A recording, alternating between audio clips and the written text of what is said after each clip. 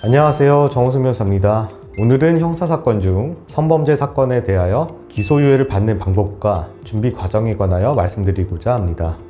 형사사건 중 가장 많은 비율을 차지하는 것이 성범죄 사건입니다. 성범죄 사건에는 강제추행, 강간 등 전통적인 범죄뿐만 아니라 최근에는 카메라를 이용한 범죄 행위 등 디지털 성범죄 사건도 매우 크게 늘어나고 있는 추세인데요. 성범죄 사건은 범죄 행위에 따라서는 실형 가능성이 높은 사건도 많지만 비교적 죄질이 가벼운 사건에 관하여는 검찰의 기소유예 처분을 목표로 준비해 볼 만한 사건도 상당히 많습니다.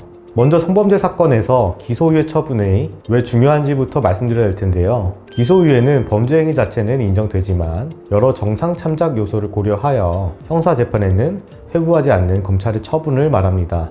원칙적으로 범죄 행위가 인정되면 검찰에서 기소를 하여 재판에 회부하게 되는데요. 기소유예는 재판에 회부되지 않아 형사재판을 받지 않고 형사전과도 남지 않는다는 점에서 매우 큰 혜택이 아닐 수 없습니다. 그만큼 이를 허용하는 조건도 매우 까다로운 것이 사실인데요. 억울한 누명으로 고소된 사건에서는 적극적으로 무죄나 무혐의를 주장하여야겠지만 범죄 행위 자체를 인정할 수밖에 없는 사건에서는 기소유예 처분이 피의자 입장에서는 가장 최선의 결과라고 할 수 있습니다. 성범죄의 경우 다른 형사사건과 비교하여 벌금형이라도 받게 될 경우 전과에 남아 추후 사회생활에 지장이 발생할 수 있으며 취업 등에도 영향을 줄 수 있습니다. 그렇기 때문에 오늘은 제가 지금껏 변호인으로 활동하면서 성범죄 사건에 대하여 기소유예 처분받은 다양한 경험을 바탕으로 검찰에서 어느 경우에 기소유예 처분을 내리고 이를 위하여 어떤 준비를 하여야 하는지 알려드리겠습니다.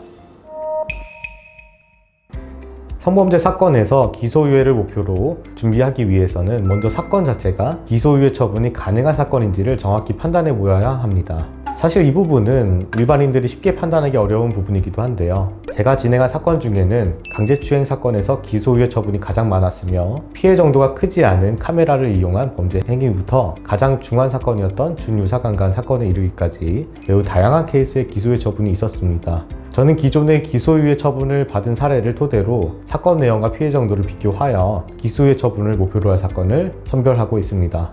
그 다음으로는 피의자 조사에 대비하여 진술을 바로잡는 것입니다. 범죄를 인정할 수밖에 없는 사건이기에 진술에 관하여 간과할 수 있습니다만 잘못된 진술을 통하여 여죄가 문제가 되거나 자칫 제대로 된 범죄 인정과 반성을 하지 않는 것으로 비추어질 경우도 있기 때문에 저희 법률사무소에서는 범죄 행위 자체를 인정하는 사건이라도 진술의 향방을 제대로 정하기 위하여 의뢰인분께 사전 진술 시뮬레이션 과정을 반드시 거치도록 하고 있습니다.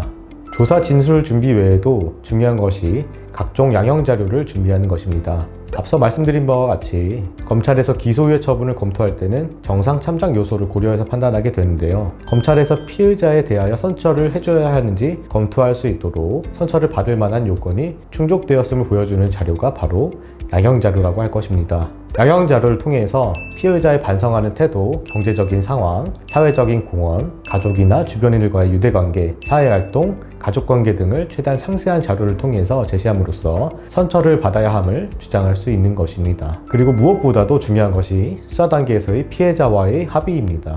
피해자 합의 절차는 수사 단계에서 수사관을 통하여 피해자의 의사를 확인하고 변호인의 연락처를 받아 대신하여 합의 절차를 진행하게 되는데요. 피해자의 처벌 불원서와 합의서가 제출되면 기소유예 처분의 가능성이 상당히 높아지게 되는 것이 사실입니다. 이후 조사를 받은 내용을 바탕으로 각종 양형 자료와 합의 내용과 과정을 소상하게 밝혀 피해자에 대하여 기소유예 처분이 필요한 이유를 상세하게 제시하는 변호인 의견서 제출이 필요한데요. 기소유예 처분의 조건이 충분히 충족되었고 피의자에 대하여 기소유예 처분을 해야 하는 당위성에 관하여 기술하여 검찰을 설득하는 변호인의 의견서라고 생각하시면 됩니다. 지금까지 짧은 시간 동안 성범죄 사건 기소유예 처분을 받는 과정에 관하여 간략히 말씀드렸는데요. 사건마다 전략이 다소 다를 수 있으니 궁금하신 사항은 직접 문의하여 주시길 기대하겠습니다. 감사합니다.